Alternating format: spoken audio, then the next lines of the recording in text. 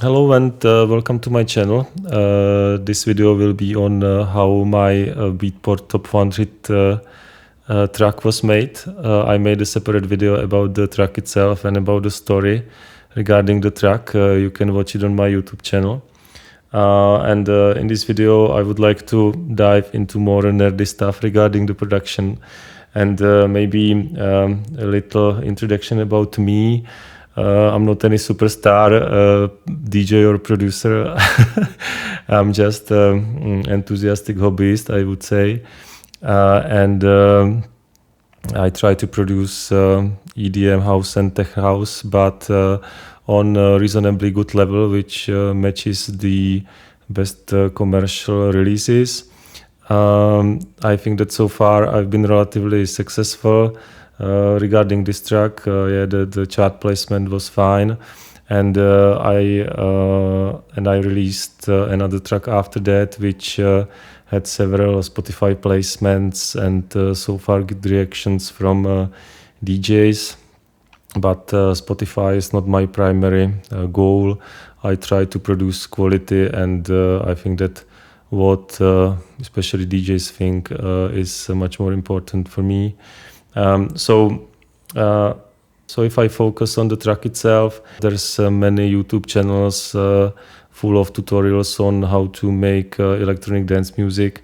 So I don't want to compete with these channels, and this is my take on the topic, and it will be a bit more specific because it comprises Reaper as a DAW, but I think that you can apply these techniques and this approach in basically any DAW.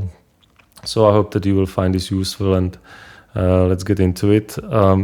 Well, first of all, I start my tracks by selecting good vocals, and this particular vocal was in F sharp minor, and I downloaded the vocal from Splice.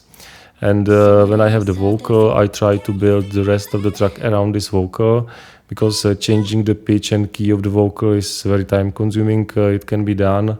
There are special programs and plugins for this, like Melodyne and Autotune, of course, but it's still time consuming. So it's much better to basically find instruments which will fit your vocal than trying to force the vocal to work with the rest of the track. So in my particular case, I started to download drums in the F sharp minor key, and surprisingly I found them on Splice as well. But in case I didn't find them, I would just tune the drums so they fit the vocal.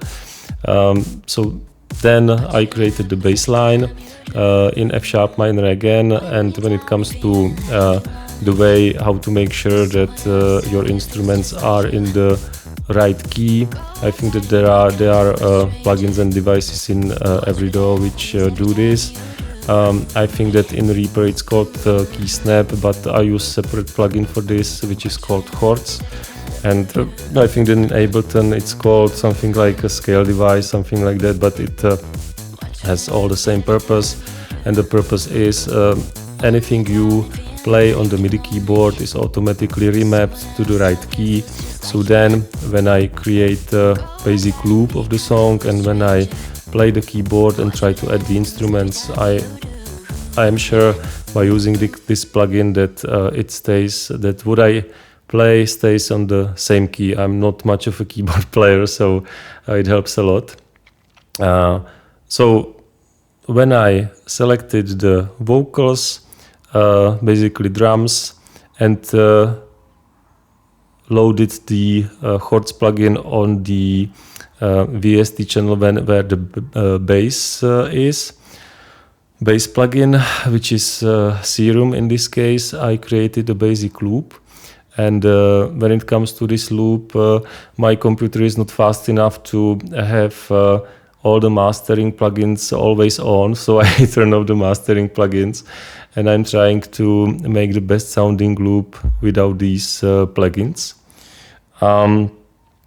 And without effects, and it's usually a good start, because when it sounds good without mastering plugins, you have a quite good chance of having it ready for mixing and mastering, and it's not that much work afterwards. Okay, so when you have your basic loop, then it's time to work on the song structure. EDM song structure is relatively, let's say, institutionalized, I would say, which means that it follows a certain pattern. You work with vocals, so the track is usually built around the vocals, and the vocal samples you download, or if you have a singer, they are usually structured the way that there is a verse, there is a chorus. These are two main parts, and then there is something around these two parts which connects them together or introduces the verse or a chorus, or accompany it in some way. So the EDM track is usually structured in a way that there is some intro, there is a verse, there is some pre-chorus, some break and build-up, then drop and chorus section, and then it repeats during the whole track, and there might be several variations of on this theme. So yeah, so after you have your song structure ready, then it's time for mixing and mastering. When it comes to mixing, what I find useful is to switch the track to mono. I think that I'm not the only one who does this. I think that in mono, all the clashing frequencies are very easily recognizable.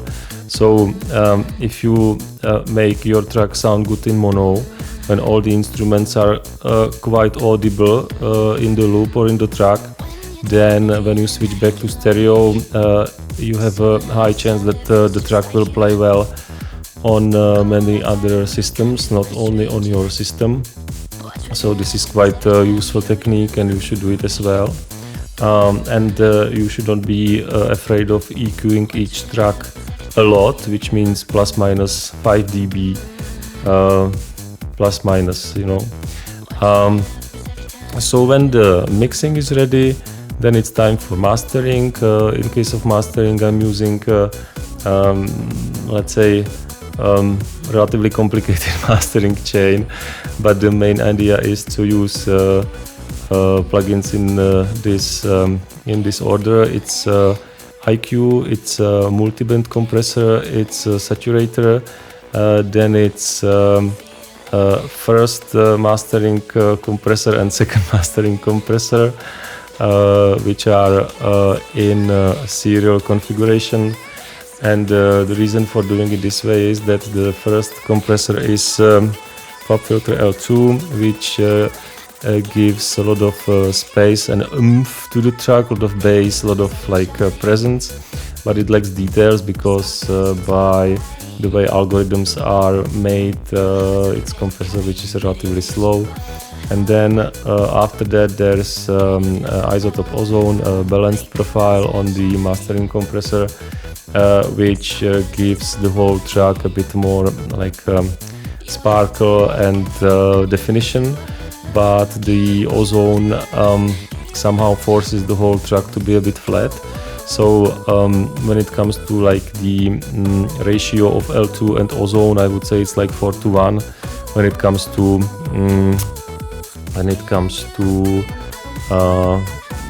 let's say the strength of these two plugins in the whole mix.